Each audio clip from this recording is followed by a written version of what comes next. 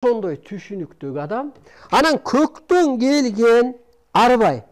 Мисалы ага акчанын кереги жок. Эмнеге кереги бар? Бул жерде так берилет. Ким акча үчүн иштесе, ал анга түшөт. Мына азыр бийликтегилер. Алар анткени пенде, алар ак-кара. Алар көккө айланган жок. Ошон үчүн акча үчүн иштеп анга түшүп атат.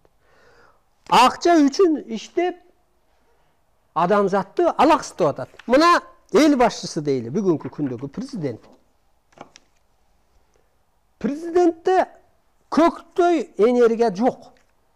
Мына ак-карага иштеп атат. Ошон үчүн улуу элди алып кете албай атат. Эгер президент түшкө кирсе, премьер-министр түшкө кирсе, Кудайдын түшкө киргени болуп чечилет. Кудай бурулуш кылабы? Кудай акка үндөйбү? Кудай калыс, тегиз, Кудайда энергия бар. Же болбосо күн түшкө кирсе, бул Кудайдын түшкө киргени. Бүгүнкү күндөгү эл башчылары ордунда турат. Ок болуш керек. Булардын колунда мисалы бийлик бар да. Болгон шарт бар. Элди бат эле өстүрбөйсө болот эле. Күн сыяктуу.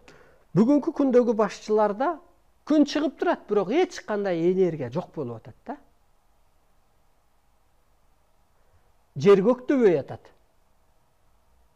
Мал семирбей атат. Адам ачкачылыктан чыга албай атат. Эптеп бир качан күн чыгат деп атат. Мына күнбаш болуш керек эле бул. Күнбаш болсо, ал ок болгондон кийин ошону карап айланып кетмек. Же болбосо эне ата үйдө, апам үйдө, бирок эч кандай энергия жок. Баягы тийбеген күнгө окшош аты бар, бирок энергиясы жок, аурасы жок. Ошон үчүн үй бүлө өспөй атат деп түшүнсөк болот. Бүгүнкү күндө ошол эл башчыда энергия болсо, аалам күчтөр коштоп колдой берет эле. Эл башчы көккө айланган болсо, көккө.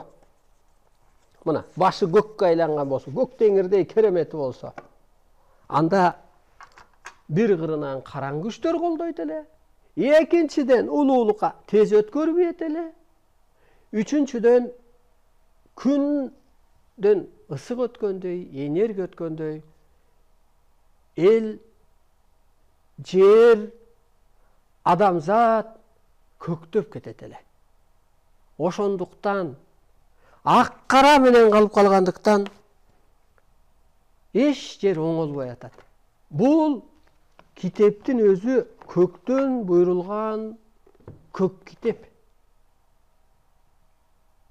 Китептин аты 21-кылымда адамзат ойлоп чыккан мыйзамдар.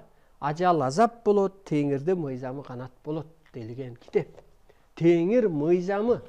Мына караңыз. Азыр адам эмнеге айланыш керек болуп атат? Эволюциялык жол менен гени сөөгү жетилгендиктен, аң сезими жетилгендиктен көктүн ролун аткарыш керек болуп атат.